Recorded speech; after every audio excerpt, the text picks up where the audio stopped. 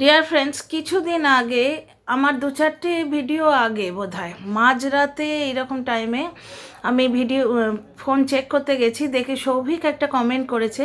তাতে বলছে ওই ভিনদেশি যে নীরস, যে প্রচণ্ড গালিগালাজ করে, যে বাজেভাবে নোংরা কন্টেন্ট ক্রিয়েট করে, সেই লোকটা নাকি সৌভিককে নিয়ে একটা ভিডিও করেছে। তো সৌভিক মজা করে লিখেছে, আমি দেখছি যদি আমার কাছে স্ক্রিনশট নেওয়া থাকে আমি তাহলে কমেন্টটা পাশে দিয়ে দেবো বা থাম্বনেলে দিয়ে দেবো।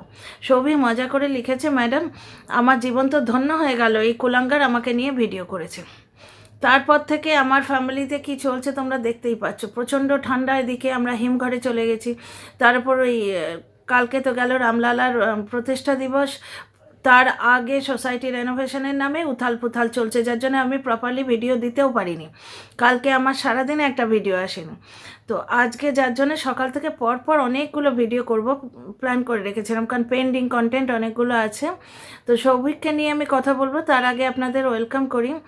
Dear friends, welcome back to my channel, my world of words. আমি সৌমি, আমি আপনাদের সবাইকে আমার চ্যানেলে ওয়েলকাম করছি। দেখুন, সৌভিক একটা ইয়াং জেনারেশনের ছোট ছেলে, ইয়াংস্টার, যথেষ্ট আদরের, আমার যথেষ্ট আদরের। আমার এই ধরনের উচ্চাকাঙ্ক্ষী এবং শুভমনস্ক মানুষ খুব পছন্দ হয়। ও রীতিমতো রেগুলার কমেন্ট করে আমার ভিডিওতে, আমার লাইভে জয়েন করে। ও যথেষ্ট উন্নতি করছে নিজের জীবনে, এটা আদরের মানুষ, ঠিক আছে। সৌভিককে নিয়ে এরকম একটা ভিডিও করেছে, সৌভিক নিজে এসে আমার কমেন্ট বক্সে লিখেছিল, তারপর থেকে আমার দেখার সুযোগ হয়নি। কাল রাত্রিরে আমি অনেকটা ফ্রেশ হয়েছি, মানে অনেকটা ফ্রি হয়েছি, কালকে গিয়ে আমি ভিডিওটা দেখলাম। ডিয়ার সৌভিকের সম্বন্ধে কি বলছে সেটা দেখবার জন্য আমি ভিডিওটা দেখতে গেলাম। ডিয়ার ফ্রেন্ডস, আমি 3 লাইনের বেশি দেখতে পাইনি। প্রথমে সৌভিকের কমেন্টটা থাম্বনেলে দিয়েছে ওই লোকটা, ওই বিদেশের যে লোকটা, বিদেশে বসে থাকার সুযোগ নিয়ে আমাদের পশ্চিমবঙ্গের মহিলাদের অজস্র নোংরা ভাষায় কথা বলে যাচ্ছে। তো সৌভিকের কমেন্টটা থাম্বনেলে দিয়েছে, সেখানে সৌভিক লিখেছে যে সুতপাকে অ্যাড্রেস করে, যে তোমার একটা ভিডিও ক্লিপ ও অমুক নম্বর ভিডিওতে ইউজ করেছে, তুমি গিয়ে ওকে স্ট্রাইক দাও, কারণ ওর গালাগালা নেওয়া যাচ্ছে না, ঘটনা গালাগালা নেওয়া যাচ্ছে না। এইবার এই লোকটা এই কমেন্টটাকে দেখিয়ে বলতে শুরু করেছে, আই বেগ ইউর পার্ডন, আমাকে মাফ করে দেবেন, আমি একটুখানি বলছি ওর কথা, মানে ওই ভাষাগুলো বলছি। তো এইভাবে বলছে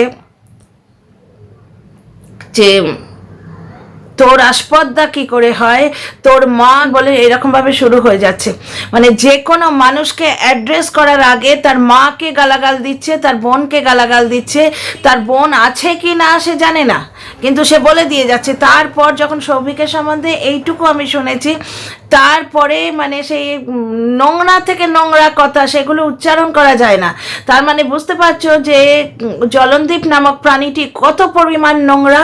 সেই প্রাণীটি কিন্তু এই লোকটাকে সাপোর্ট করে, কারণ কি, সে এই লোকটা ওই জলনদীপ নামক প্রাণীটির ফটো থাম্বনেলে লাগিয়ে ভিডিও করে, ওকে সাপোর্ট করে কথা বলে। তাই জন্যে সে এই ধরনের একটা নোংরা প্রাণীকে, এই ধরনের একটা নোংরা কন্টেন্ট ক্রিয়েটারকে ও সাপোর্ট করে। Birds of the same feather flock together, আমি আগেই বারবার বলেছি আমার ভিডিওতে, সমান পালক যাদের হয় না সেই সমস্ত বার্ডরাই একসঙ্গে থাকে। তার মানে জলনদীপ নামক প্রাণীটি, এর মেন্টালিটি ঠিক এই লোকটার মতো, এ গালটা দেয় ও গালটা দেয় না, ঠিক আছে, কিন্তু নোংরা কথাগুলি সেমভাবে বলে যায়। আচ্ছা, ফিরে আসি সৌভিকের ভিডিওতে। সৌভিককে নিয়ে এইভাবে শুরু করলো, মানে সে মানুষটার সম্বন্ধে জানে না। সৌভিক একটা কমেন্ট করেছে, তুই তাকে বল যে তোর সাহস কি করে হলো, এইভাবে তো শুরু করলো। তারপর দিয়ে একে বলে, এর মাকে নিয়ে বলে, আমাদের রুচিতে বাঁধে, কারণ এর মাও একটি মহিলা, আমি নিজেও একটি মহিলা, সুতরাং আমি অন্য মহিলাকে নিয়ে বলা মানে আমি মনে করি সেটা নিজের গায়ে দাগ। ধরনের নোংরা বাজে কন্টেন্ট ক্রিয়েটারের চ্যানেল উড়ে যাওয়াই ভালো, প্রমাণ দিয়ে আমি বলছি ডিয়ার ফ্রেন্ডস। কেন? আচ্ছা, তার আগে সৌভিকের ব্যাপারটা কমপ্লিট করি। সৌভিককে এত নোংরাভাবে বলছে যে আমি 2 লাইন থেকে 3 লাইনের বেশি দেখতে পারিনি, কারণ সৌভিককে আমি চিনি মানে ওই কমেন্টের থ্রু দিয়ে আমাদের যেভাবে আলাপ হয় আর কি, কন্টেন্ট ক্রিয়েটারদের সঙ্গে দর্শকদের কীভাবে আলাপ হয় কমেন্টের থ্রু দিয়েই তো, তাতেই এই ছেলেটার প্রতি আমার একটা স্নেহ পড়ে গেছে। তাকে এই সম্বন্ধে এইভাবে বলছে, আমার প্রচণ্ড মাথা গরম হয়েছে। আর মাঝরাতে দেখছি, তখন কিছু করারও নেই যে সঙ্গে সঙ্গে বসে ভিডিও বানাবো, তারও উপায় নেই, যার জন্য আমি আর বাকিটা দেখতেই পারিনি। ঠিক আছে, এই হলো সৌভিকের ব্যাপার। আচ্ছা, ওই দিকে আবার একটি ভিডিও আমার কাছে এসছে, সেই ভিডিওটা খুলে দেখলাম, সেখানে একটি জলহস্তি বলে চলেছে ওই ভাল্লুকের কান দুটো মুচকে দিয়ে তোর ঘোড়া বন্ধ করে দেবো, একদম চুলের মুঠি ধরে আমার এখানে নিয়ে আসবো। কন্ট্রোভার্সি করার এইটা নিয়ম? যে ভাল্লুকের কান দুটো, মানে একটা সোয়েটার, যার কানওয়ালা সোয়েটার আর কি, যেটা মিশো থেকে অনলাইন অর্ডার করা হয়েছে, কার কথা বলছি বুঝতেই পারছো।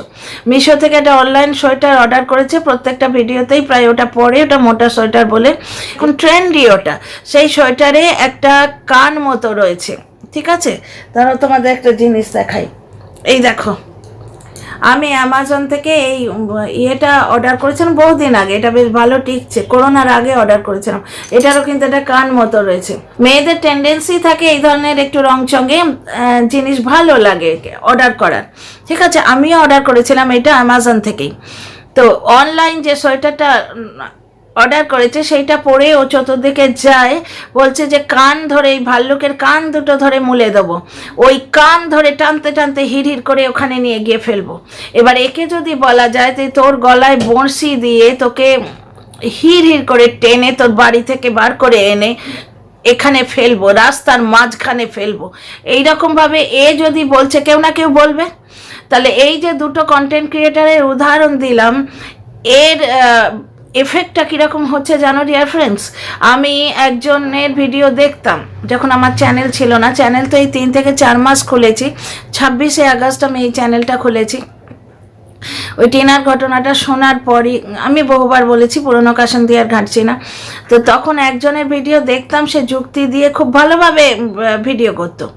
তারপর সে কিছু সাবস্ক্রাইবার গেন করার জন্যে হঠাৎ করে ঘুরে গেল। এরা 180 ডিগ্রি যখন তখন ঘুরে যায়, আমি বলেইছি এদের কোনো এথিক্যাল স্ট্যান্ড পয়েন্ট নেই।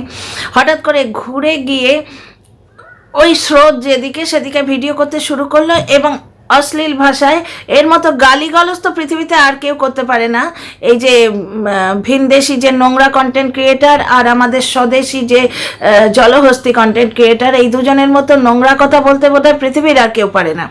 এমনকি এই যে রাস্তায় ঘাটে যে সমস্ত লোককে আমরা 4th গ্রেড স্টাফ বলি, তারাও এদের কাছে হেরে যাবে। মানে তাদের থেকেও এরা নোংরাভাবে কথা বলে, ইফটিজাররা এদের কাছে হেরে যাবে।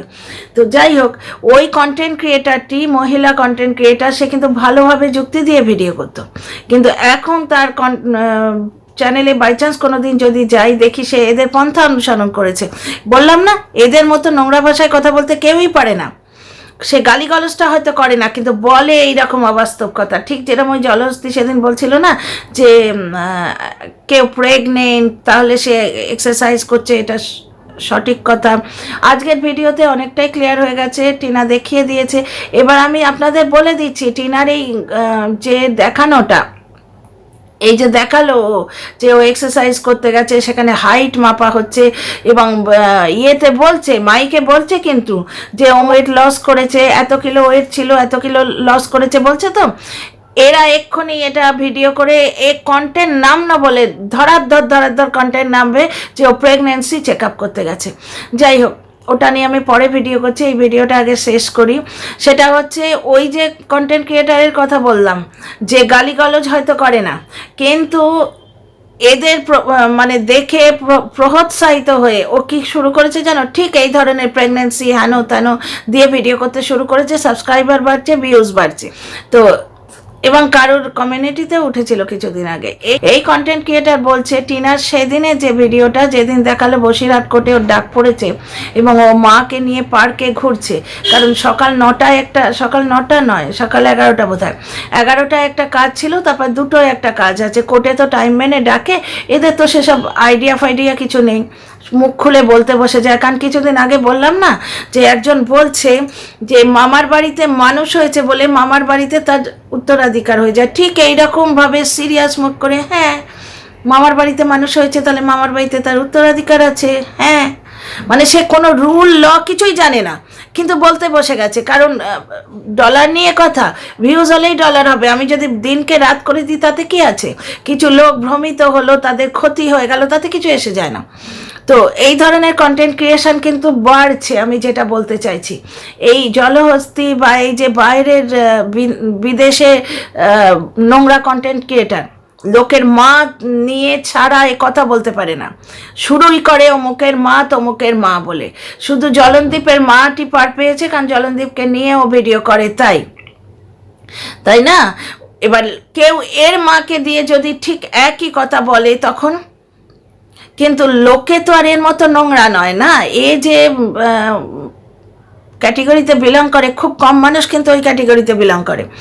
আচ্ছা, যেটা আমি প্রুভ করতে চাইছি, এই যে কন্টেন্ট ক্রিয়েটার যে বললাম ভদ্রভাবে ভিডিও করতো, কিন্তু এই জলহস্তি এবং এই ধরনের এই যে নিরস টাইপের যে কন্টেন্ট ক্রিয়েটার, এই ধরনের কন্টেন্ট ক্রিয়েশনের প্ররোচনায় এ এখন নোংরা কথা বলতে শুরু করেছে। নোংরা কথা মানে হয়তো গালি গলজটা ইউজ করে না, কিন্তু এরকম অবাস্তব অদ্ভুত কথা উইদাউট প্রমাণ, যেটা ভিডিওতে দেখা যায়নি সেই ধরনের কথা এবং বাজে ইঙ্গিত করে নিজের ভিডিওতে। বসিরহাট কোর্টে যেদিন 11টায় ডাক পড়েছিল তার উপর 2টোয় ডাক পড়বে, এই মাঝখানের গ্যাপটা দেখালো মাকে নিয়ে পার্কে ঘুরছে। ওই দিন কন্টেন্ট ক্রিয়েট করার কোনো চান্সই ছিল না, কারণ ওটা একটা স্পেশাল ল অ্যাবাইডেড কিছু কাজ করতেও গেছে না, সেগুলো দেখাতে পারবে এবং গুরুত্বপূর্ণ কাজ সেদিন আর ব্লগিংয়ে করার অন্য কোথাও কোনো চান্স নেই। কিন্তু যেহেতু এর প্রফেশনটা ব্লগিং, মৌকা পেয়েছে, এটা অন্য জায়গায় গেছে, তো ছোট্ট একটা ভিডিও ক্লিপিংস ছেড়ে দিয়েছে। আমি ভাবছিলাম এইরকম কিছু একটা হবে। আমি বললাম না এই এক্সারসাইজের মিট আপ, যেটা এরা বাপের জন্মে তো এরকম ভালো জায়গায় এক্সারসাইজ কোনোদিন করেনি, কোনোদিন এক্সারসাইজ আজও করেছে কিনা সন্দেহ। না হলে বলে প্রেগনেন্ট লেডি মাটিতে পেট চেপে এক্সারসাইজ করে, লাফিয়ে লাফিয়ে এক্সারসাইজ করে, পুশ আপ করে, প্রেগনেন্ট লেডির মিসক্যারেজ হয়ে যাবে ওই ধরনের এক্সারসাইজ করলে।